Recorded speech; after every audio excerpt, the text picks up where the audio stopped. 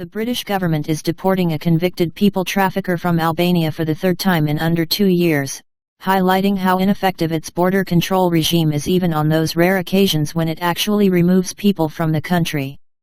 39-year-old Hazir Lala was tracked down after a months-long investigation which began in July, having last been kicked out in August 2020. Prior to that, according to reports, he had been extradited to Belgium to face trial for involvement in organised crime and human trafficking, receiving a €102,000 fine. It is unclear whether or not this was paid in an evidently ineffectual 5-year, partially suspended prison term. Even before this, the Albanian had racked up a substantial criminal record in Britain, being convicted for various driving offences and crimes related to fraudulent identification documents, for which he was receiving derisory custodial sentences as long ago as 2016.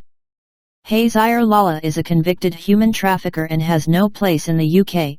His presence here presented an unacceptable risk to the public, said Jacques Beer, regional head of investigations at the National Crime Agency, NCA, roughly equivalent to America's Federal Bureau of Investigation, FBI, in comments quoted by GB News. Tackling organised immigration crime and human trafficking is a priority for the agency, Beer continued.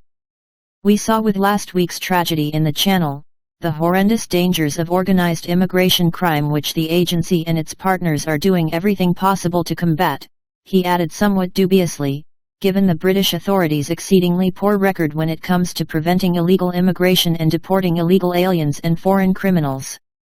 Indeed, the Crown Prosecution Service, CPS, recently indicated that it will no longer charge all but a few migrants who break into Britain illegally, and the National Border Force has signalled that it has no intention of ever turning back migrant boats, whatever the government says, although it does meet boats at sea in order to help migrants complete their journeys to English shores, often in close cooperation with France.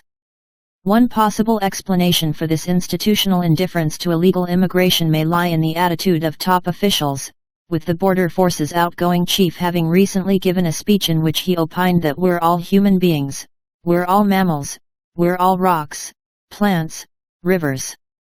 Bloody borders are just such a pain in the bloody ass.